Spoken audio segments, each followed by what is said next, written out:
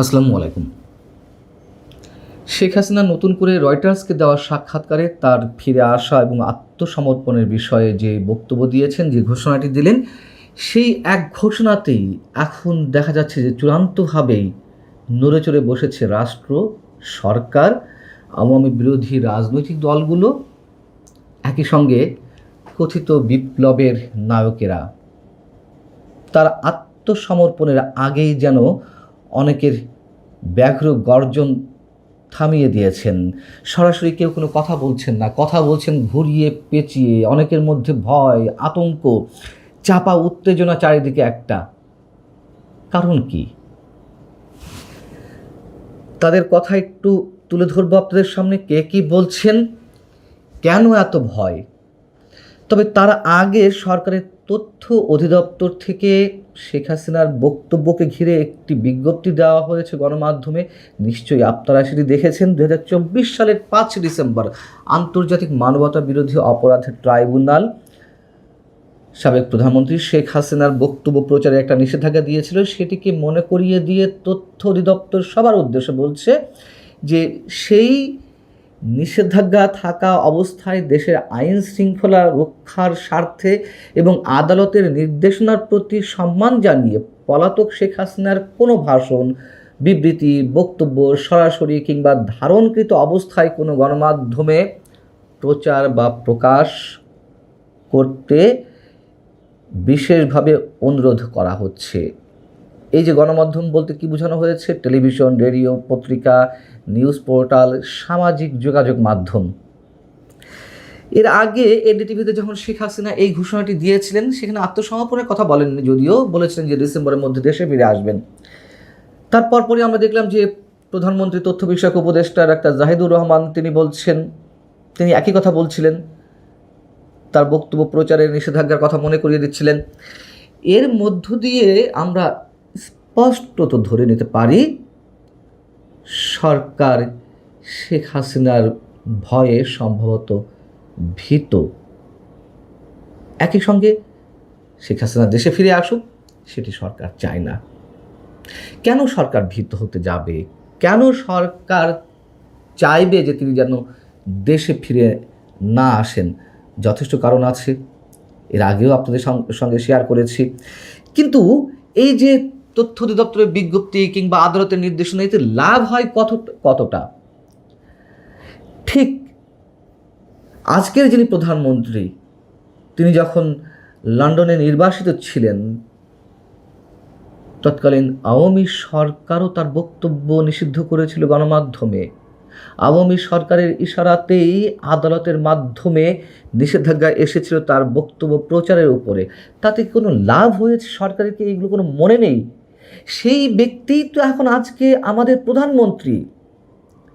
তখন যিনি নির্যাতিত হয়েছিলেন, নির্বাসনে ছিলেন, সেই তারেক রহমান সাহেব তো সাজাপ্রাপ্ত ছিলেন। সাজাপ্রাপ্ত থাকা অবস্থায় লন্ডন থেকে তিনি দলীয় নেতাকর্মীদের সঙ্গে প্রতিদিন ভিডিও কনফারেন্সের মাধ্যমে দলীয় দিক নির্দেশনা দিয়ে আসছিলেন, নানান ধরনের বক্তব্য দিচ্ছিলেন। সেগুলো আবার গণমাধ্যমে ফলাও করে প্রচার হচ্ছিল।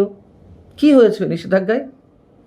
আর গণমাধ্যমে প্রচার না করলেও বা কি এমন হতো, তার বক্তব্য কি মানুষ শুনতে পেত না? প্রথম কথা হচ্ছে, শেখ হাসিনার বক্তব্য কেউ এদেশের সরাসরি প্রচার করছে না। তিনি বিদেশি বিভিন্ন গণমাধ্যমে যে কথাগুলো বলছেন, সেগুলো নিয়ে এখানে নানান ধরনের বিশ্লেষণ চলছে, বা সেইগুলো রিপ্রিন্ট করা হচ্ছে বা কোথাও কোথাও দেখানো হচ্ছে। এই তো। দ্বিতীয়ত, এই ইনফরমেশন টেকনোলজির যুগে গণমাধ্যম বা এখানে অবস্থানরত মানুষেরা, ধরুন তার বক্তব্য প্রচার করলো না, নিষেধাজ্ঞা যেটি রয়েছে সেটি অক্ষরে অক্ষরে পালন করলো, তাতে কী হবে? শেখ হাসিনার বক্তব্য ছড়াবে না? বিদেশে যারা রয়েছেন তারা সোশ্যাল মিডিয়ায় দিবে না? বিদেশি মিডিয়াতে শেখ হাসিনার যে ইন্টারভিউগুলো প্রচার বা প্রকাশিত হচ্ছে, সেগুলো মানুষ দেখতে পাবে না এখানে বসে? সহজ কথা কি, এই ধরনের নির্দেশনার কারণে বরং সরকারের দুর্বলতা প্রকাশ পায়। যেই দুর্বলতা থেকে এখন আমরা মনে করছি সরকার ভয়ে আছে। খুব স্বাভাবিক, নাহলে এই ধরনের অহেতুক অযৌক্তিক নির্দেশনা কেন দিতে হবে? এবং এটি অবশ্যই গণমাধ্যমের উপরে সরাসরি হস্তক্ষেপ। এবং এই ধরনের অপ্রয়োজনীয় নির্দেশনা সরকারের বিভিন্ন দপ্তর থেকে দিতে যারা উৎসাহিত করছেন, তারা নিঃসন্দেহে সরকারকে বিব্রতকর অবস্থায় ফেলছেন। এবার আসুন খোদ সরকারি দলের সিনিয়র নেতাদের থেকে শুরু করে কথিত বিপ্লবের নায়কেরা কি বলছেন আর তাদের কথাবার্তার মধ্য দিয়ে কি ফুটে উঠছে। এনসিপির আহ্বায়ক, সংসদে বিরোধী দলীয় চিফ হুইপ নাহিদ ইসলাম বলছেন শেখ হাসিনা ঘোষণা প্রসঙ্গে, এটা তো শেখ হাসিনা ঠিক করবেন না, তিনি কিভাবে আসবেন, তিনি কাদেরকে নিয়ে আসবেন, সারেন্ডার করবেন কি করবেন না, এটা ঠিক করতে হবে বাংলাদেশ সরকারকে। বাংলাদেশ সরকার এটা নিয়ে কথা বলবে দিল্লির সঙ্গে, এখানে আর কোনো পক্ষ নয়, ফলে এটা সরকার ঠিক করবে তাকে কখন আনবে, কিভাবে আনবে এবং কিভাবে বিচারের রায় কার্যকর করবে, সকল প্রস্তুতি নিয়েই তাকে আনতে হবে। কেন? শেখ হাসিনা আসামি, তো সাজাপ্রাপ্ত আসামি। একজন আসামি আত্মসমর্পণ যদি নিজের ইচ্ছায় করতে চান তো সমস্যা কি? আর তিনি তো এদেশে রাজনীতি করেছেন, এদেশে সরকার পরিচালনা করেছেন একাধিকবার, তিনি তো দেশে ফিরে আসতেই পারেন। তার মানে স্পষ্ট একটা ভয় অনেকের মনে কাজ করছে। এখানে তো কোনো প্রত্যর্পণ চুক্তির বিষয় থাকে না। এর আগেও বলেছি আমি যে ভারত সরকারের সঙ্গে আলোচনা করতে হবে কেন, আর তারা ভালো করেই জানে ওই প্রক্রিয়া আনতে গেলে ভারত সরকার কখনো অনুমতি দেবে না বা চাইবে না যেভাবে তারা আনতে তো চাইছে না, এটা সবচেয়ে বড় বাস্তবতা। জামায়াত ইসলামীর সেক্রেটারি জেনারেল মিয়া গুলাম পরোয়ার বিবিসিকে বলছেন যে ক্ষমতাচ্যুত শেখ হাসিনার বক্তব্যের পেছনে একটা অন্তর্নিহিত রহস্য এবং ষড়যন্ত্র যেমন থাকতে পারে, সেখানে দেশের অভ্যন্তরীণ রাজনীতিরও কেউ কেউ এই ষড়যন্ত্রের অংশ হতে পারে। কেন ষড়যন্ত্রের গন্ধ খুঁজে পাওয়া হচ্ছে? নাকি ভয়টাই বিশেষ করে তাদের ভেতরে গেঁথে বসেছে? রাজনৈতিক হিসাব নিকাশ তো অবশ্যই রয়েছে, সবসময় বলে আসছি। শেখ হাসিনা নিশ্চয়ই নানান ধরনের যোগাযোগ এবং তার নিশ্চয়ই অনেক ধরনের পরিকল্পনা থেকেই তিনি দেশে ফিরে আসছেন এবং সবচেয়ে বড় কথা তিনি মামলা ফেস করার সাহস দেখাচ্ছেন। বিএনপির ভাইস চেয়ারম্যান আসাদুজ্জামান রিপন তিনি বলছেন বাংলাদেশের জনগণ শেখ হাসিনাকে আর কখনোই গ্রহণ করবে না, এ বিষয়ে সবাইকে সতর্ক ও সজাগ থাকতে হবে।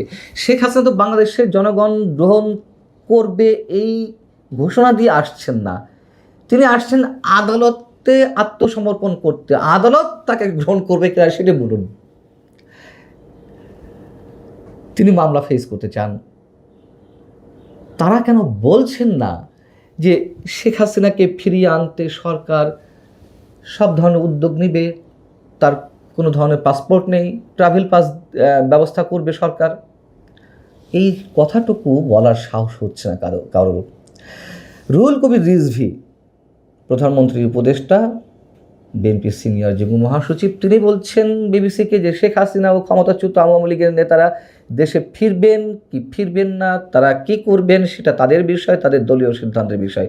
ও আচ্ছা, এখানে আর আদালতের কোনো বিষয় নেই, মামলা মোকদ্দমার কোনো বিষয় নেই, 1400 মানুষকে যে হত্যাকাণ্ডের অভিযোগে তাকে অভিযুক্ত করা হচ্ছে সেসব বিষয়ে কোনো কাজ করছে না। এখন তিনি ফিরবেন না বা কি ফিরবেন, এটা তার দলের বিষয়। এত নরম সুরে কথা বলার তো কোনো কারণ নেই। এবং এর আগে তথ্যমন্ত্রী থেকে শুরু করে পররাষ্ট্র প্রতিমন্ত্রী শামা ওবায়দ কি বলেছেন তাও আপনারা জানেন। তার ঘোষণা কিংবা তার বক্তব্য, শেখ হাসিনার বক্তব্য তারা এড়িয়ে গেছেন, এড়িয়ে গিয়ে বলেছেন যে আদালত বুঝবে। আর আদালতকে বুঝতে হলে তো সরকারের উদ্যোগী ভূমিকা নিতে হবে তাকে ফিরিয়ে আনার জন্য। আমরা সেগুলো দেখছি না। বিষয় হচ্ছে যে এগুলো তার শুধু শেখ হাসিনা আর আওয়ামী লীগের বিষয় নয়, তাই না? সাজাপ্রাপ্ত আসামি হিসেবে শেখ হাসিনা অবশ্যই মামলা ফেস করতে পারেন, যে কেউ পারেন। তিনি দেশে রাজনীতি করেছেন, তিনি ফিরে আসবেন। কাউকে বলতে শুনছি, অনেক বড় বড় গবেষক, মনে করেন যে মহিউদ্দিন আহমেদ, তিনি রীতিমতো বাংলাদেশে একটি বড় গণমাধ্যমে দিনার একটা কলাম লিখে ফেললেন।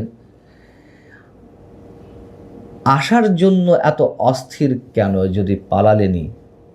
মানে তিনি দেশ ছেড়েছেন ওরকম একটি ভয়ঙ্কর পরিস্থিতিতে আত্মরক্ষার্থে অন্য কোথাও চলে গেছেন, ধরে নিলাম পালিয়েছেন, তাই বলে তিনি দেশে ফিরবেন না? এটা কোনো কথা হতে পারে? এই মানুষেরা নাকি আবার গবেষণা করেছেন, তাদের গবেষণার জায়গা থেকে অনেক ধরনের বইও প্রকাশ হয়েছে, সেগুলো মানুষ পড়ে। এখন আমাদের প্রশ্ন জাগে, তারা আসলে কোন ধরনের গবেষণা থেকে এই বইগুলো লিখেছেন? ভালো থাকুন সবাই, আল্লাহ হাফিজ।